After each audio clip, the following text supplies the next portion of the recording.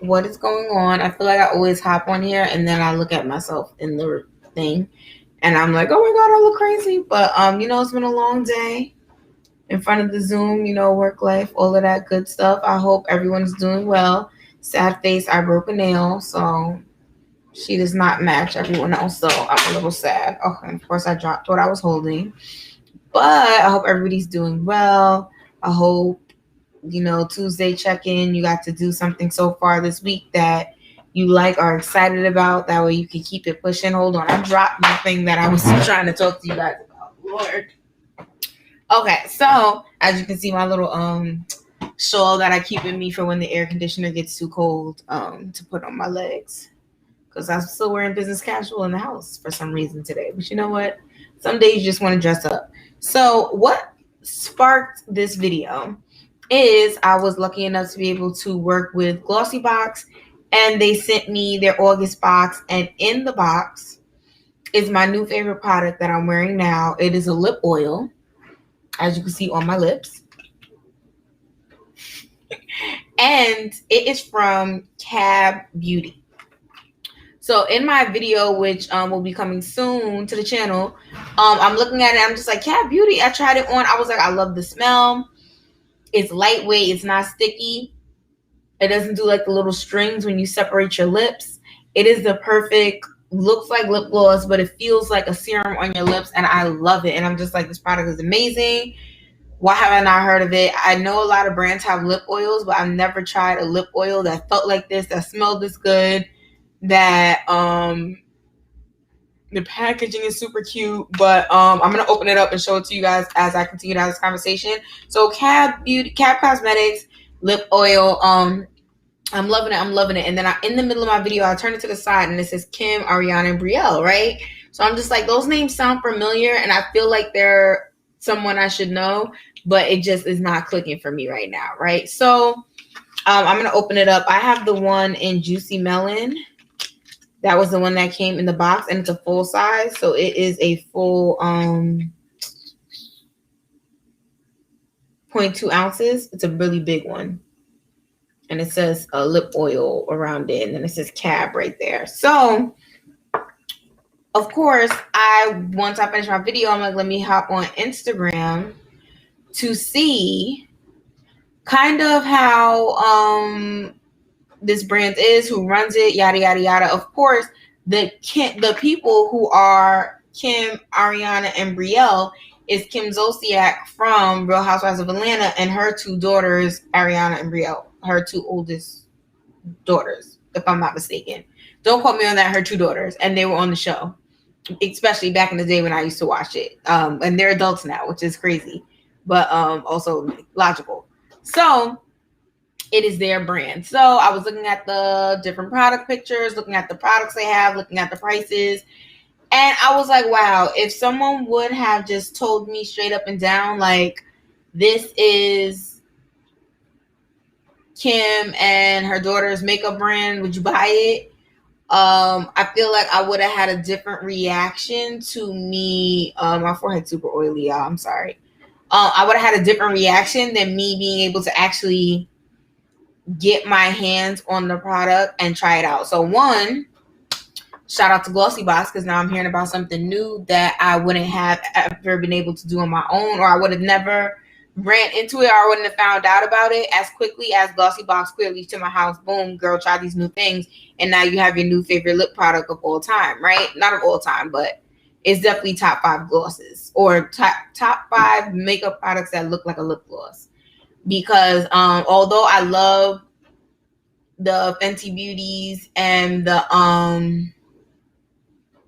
Glossiers and the Pat McGraths, the only thing that's getting me kind of close to this is Glass Slipper from Fenty Beauty, and then Max Lip Glass, the traditional one. But because it has this purple tint, I feel like it has like a little more color, like it's bringing more dimension to my lip, and it doesn't ever go sticky. Like those other lip glosses, after 3 hours, it's like, girl, we're sticky now. Reapply or do or die. Like, that's what's going to happen. But I definitely try to focus on, I love this and I really want to try it. So I'm thinking, how would it be? How is it different that it's a celebrity brand? And how did I react differently because I didn't know it was a celebrity brand? And I feel like, do we judge celebrity brands more harshly? And my answer ultimately is no, right?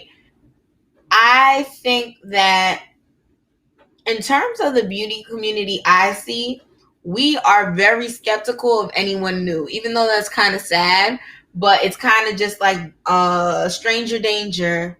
Who's this brand we never heard of? Why are you here? What are you going to do? And like state your intentions up front so we can see if we could trust you or not. And I know that that's really skeptical and that's probably not the right way to necessarily approach things. But we've been hurt so many times before. We've been hurt so many times before. And the issue with this is that for most people who consume makeup, including myself, you have a limited amount of money and resources that you're going to dedicate to makeup, right? So you have your little monthly, this is how much I could spend on makeup and that's it. And if you use that budget for products that don't work, you can't get it back. Yes, sometimes, some cases, if you catch it early, you can, and you buy from the right store, you can return it, exchange it, and try to make amends to get something that can replace the product that did not work or did not function how it claimed it would. But in some cases, you can't. Right? Yes, Sephora is going to take it back. Yes, Nordstrom will let you exchange those higher end places. But I literally bought an eyebrow pencil from Target and it did not appear on black skin. And now it's like, well, there went $13. Like, I can't get that back. I mean, granted, I can get it back in life, but I would have loved to have that $13 to spend on a product that worked. So that is why we are harshly judging anything that comes into the place to be and is trying to be new. So I think that we have the same standard of judgmentalness for brands across the board. I do think it's higher for celebrity brands, but you have to understand celebrities have access to things that normal people don't have. So, for instance, there's some makeup brands that are like someone who worked somewhere else in the makeup industry. They saw what they did wrong. They now want to create their own products, their own line with their own mission, and they're kind of getting it out the mud, even though they do have some connections, right? Then you have the other brand, which is just created by brands that exist. And they're like, listen, we make good makeup already, but we don't have a marketing kind of story that speaks to these kinds of consumers. So we're going to take our same products, repackage it, and make a new line that is now the black and brown people line, or it's the natural line, or it's the sensitive skin line, or it's the makeup artist lasting extra long line. But it's basically our products just tweaked and a new packaging geared towards new people. But the thing with celebrities is that, especially in the beauty industry, they have access to things that other people don't have access to. So if right now I decide I want to start a makeup company, I'm going to be working from the bottom, trying to get people to work with me, not necessarily have people know who I am. But when you have that cachet of like, I'm famous already, there's going to be brands that are willing to extend you more credit, give you more grace, give you a better price, and want to be able to tell other people, not even necessarily advertise it. They could be a co-packer, manufacturer, and they just want to be able to, when people come shop their companies, they could say, listen, we make Susie May's serum here. And you know she's famous and she's the number one serum and everybody knows that her stuff is packaged and processed here. So, you know, you might want to get on that. So, I feel like because they have that cachet, because they have that cultural capital, they're able to leverage it to get access to things that other people don't have. Therefore, when you also, not only can they do that, they've been getting their makeup done, presumably. I mean, if you've been a celebrity for a month and then month 2 you start your makeup brand, then maybe you don't have this experience. But most celebrities, you've been getting your makeup done professionally for years. You've been seeing the best of the best, how they do it, how they apply it, the products they use. I'm pretty sure they've been spitting game to you and be like, yeah, I'm gonna do your makeup, but since I'm leaving, touch it up with this kind of powder, because since it's this kind of foundation, you can't mix it. And they've been giving you insights and knowledge all through the years, which the average person just doesn't have that many opportunities to professionally get their makeup done, so they don't have that. So now it's like self-taught. And also, you're in the rooms and the spaces of seeing other people who are business owners, can be in the venture capital situation, and can give you those connects that the regular person can't get. So because you have access to all these additional things that the regular person doesn't, that's why when you come out with your brand, it's like, oh, okay, so you launched your skincare brand and it has a whole bunch of fragrance, but skincare shouldn't have that much fragrance. Like, where are the people that you paid to be around to help you and to help you do the things? You launched a makeup collection with all nudes, and then launched a second collection that was all nudes right after that first all nudes, and you don't even have nudes for all skin tones. So what do we learn here? What are we doing? So I feel like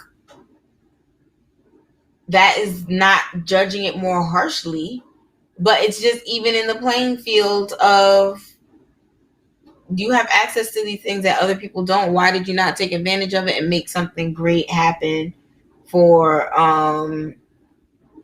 your brand? Another thing that I feel is that we're judging all these brands harshly. On Instagram, you'll see all these different collections and stuff. Some of them, yes, are celebrity brands, but some of them aren't. And it's just a new ColourPop collection, and people are ripping it to shreds like, this is the same thing as y'all came out before. A lot of these are re-promotes. Y'all are saying it's a new collection, and it's not. People are explaining their issues and holding other brands accountable too. So it's not like it's only happening to the celebrity brands, but perhaps I would be willing, and myself included, to admit that people are jumping the gun on the celebrity brands when judging them sometimes.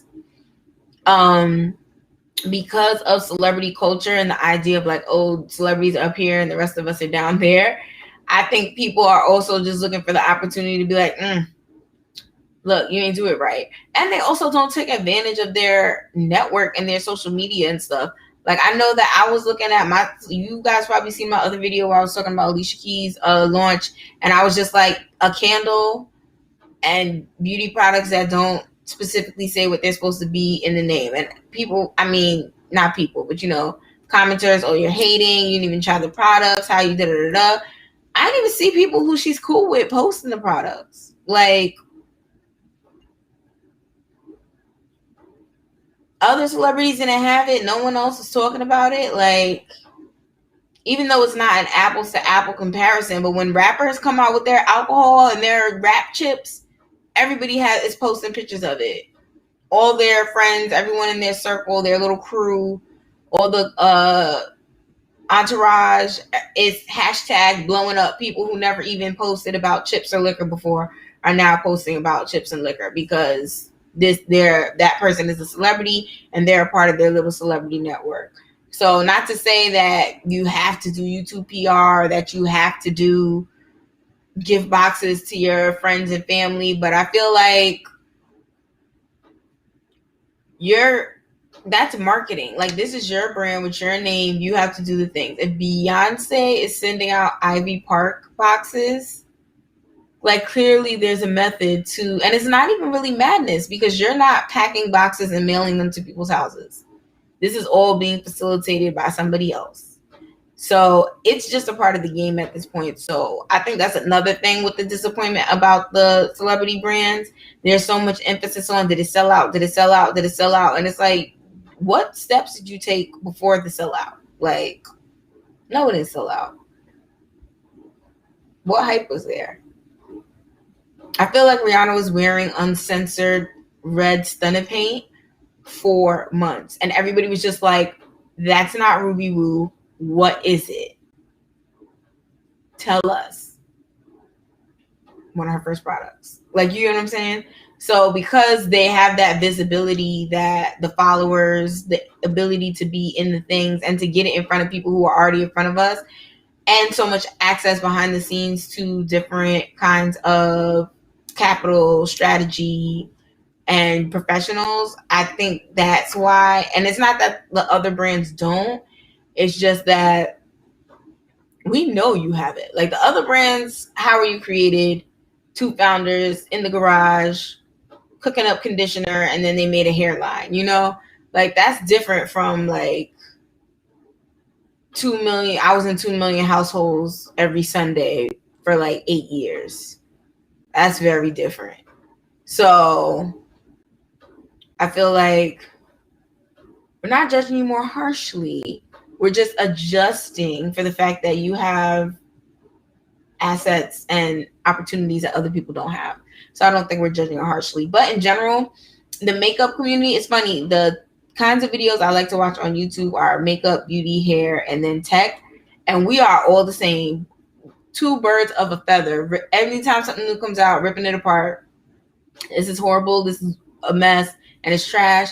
Or if you fangirl for the brand and it's like, oh, this is the best thing ever. And like, go buy it because it's their new thing and now everybody needs to buy it. So, and there's people in between, but that's usually what it skews to most with these videos.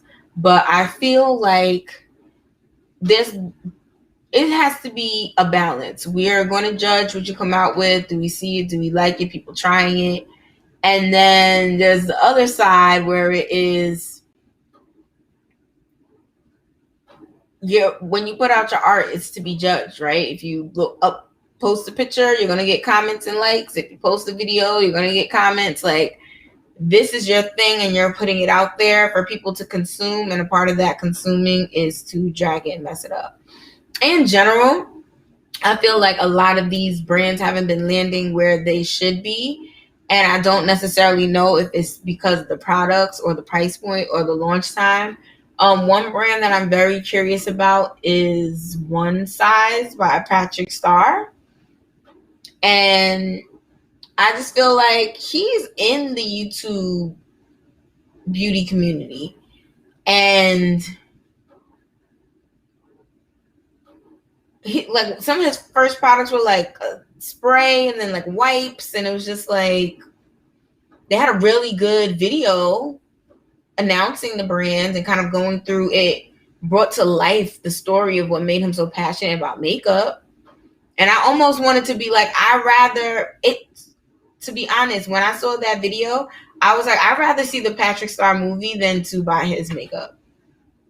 Like, I want to see what happened with his life dramatized to show how he became who he is today in makeup.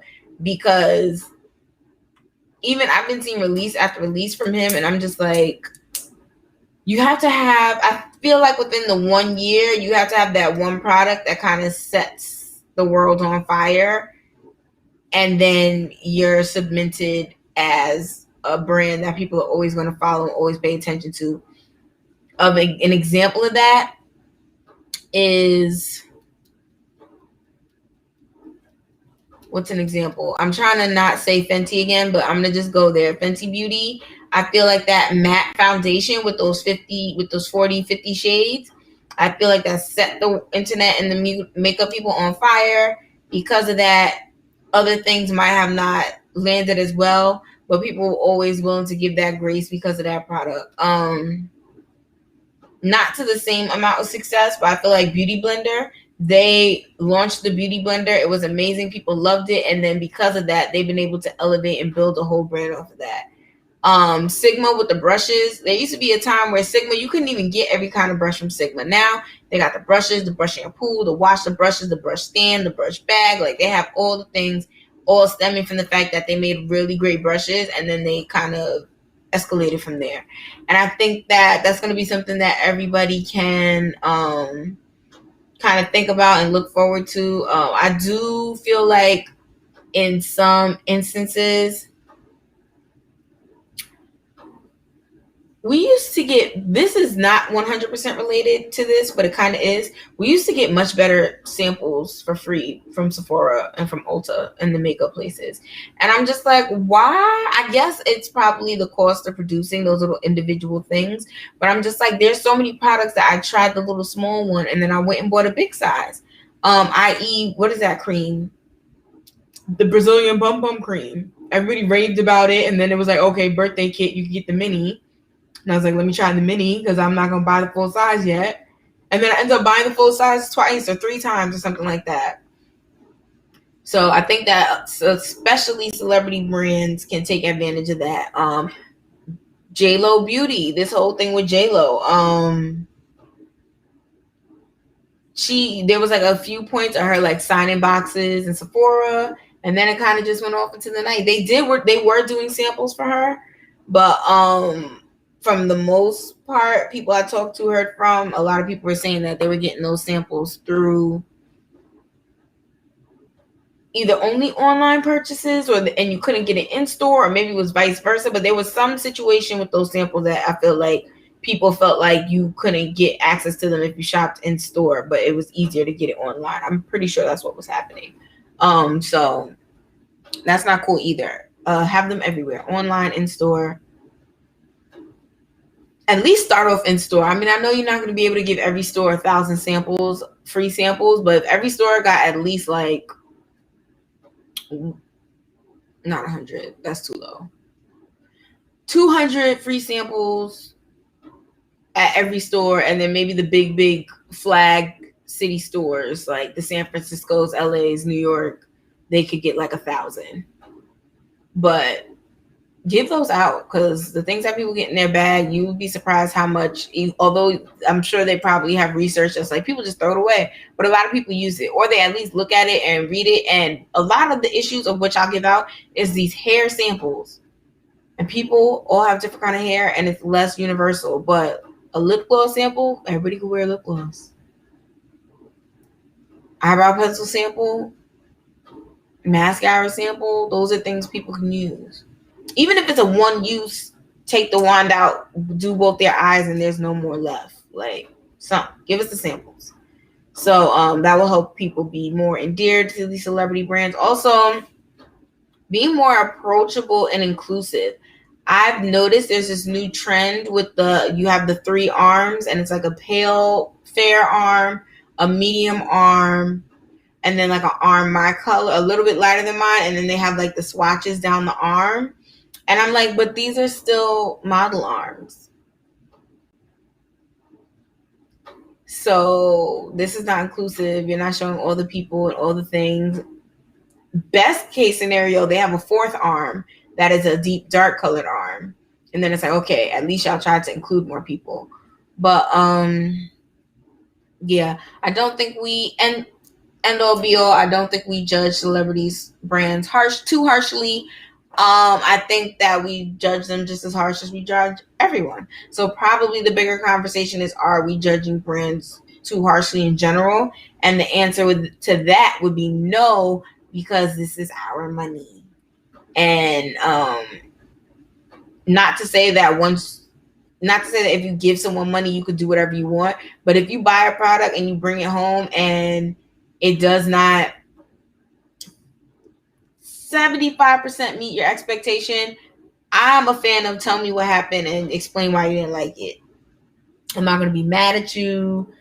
It's not that you're a hater, but literally if you put the face soap on your face and your eyes swell shut, I want to know. Your skin started peeling off your face when you went to sleep, I want to know. It's not hating. You sharing your experience can save me.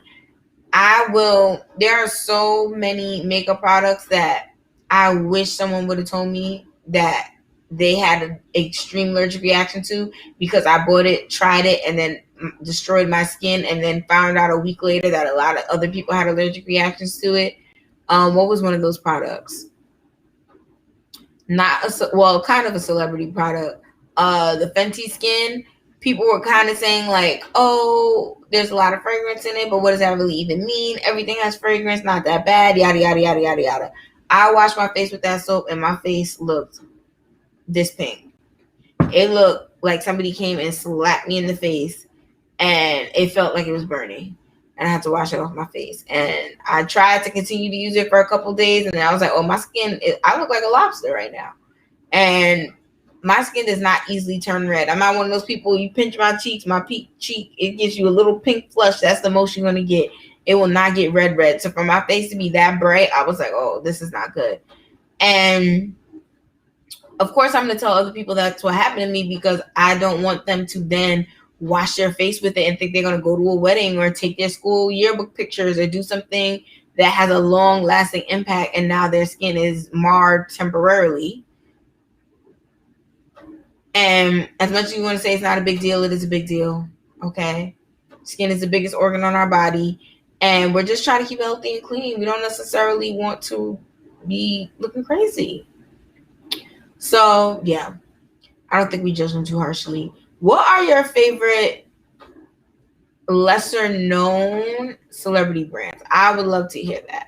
Like, what do you guys think of? I still haven't tried Rare Beauty. There's something about it that I was trying to get the lip kit with the, I hate saying lip kit because I feel like people automatically assume another celebrity, but I was trying to get the holiday set from Rare Beauty, where it was the 2 satin lip cream things, and it was like a pink one and like a mauve one, but every time I went, it was sold out in person to the Sephora's I go to.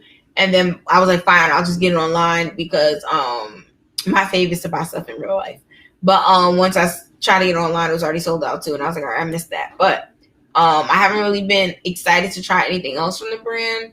But let me know what you like about Rare Beauty. I'm trying to think if there's some other celebrity brands.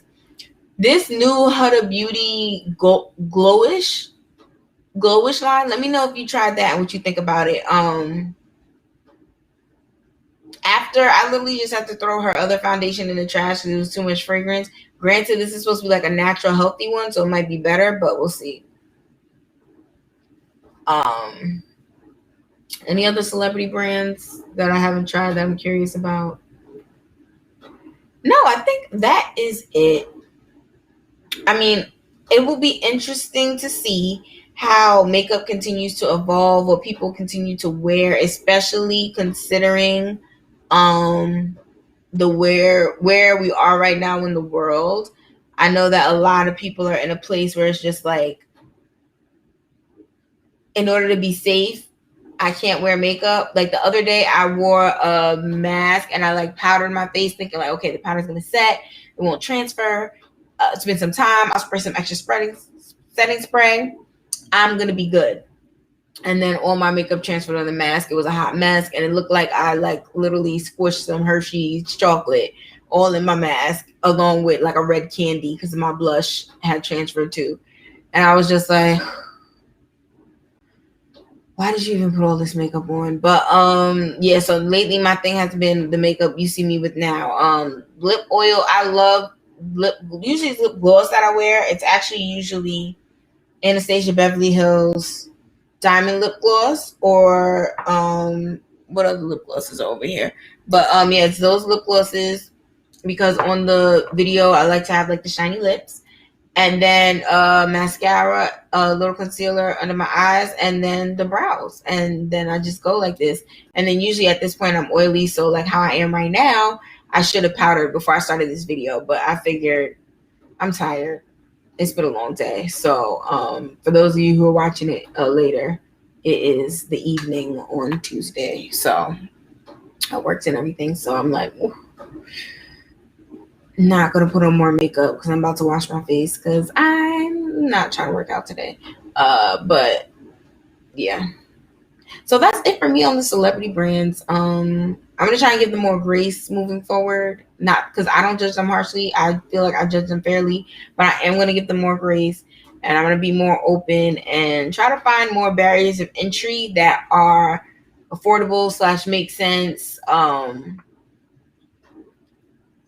Holiday collections.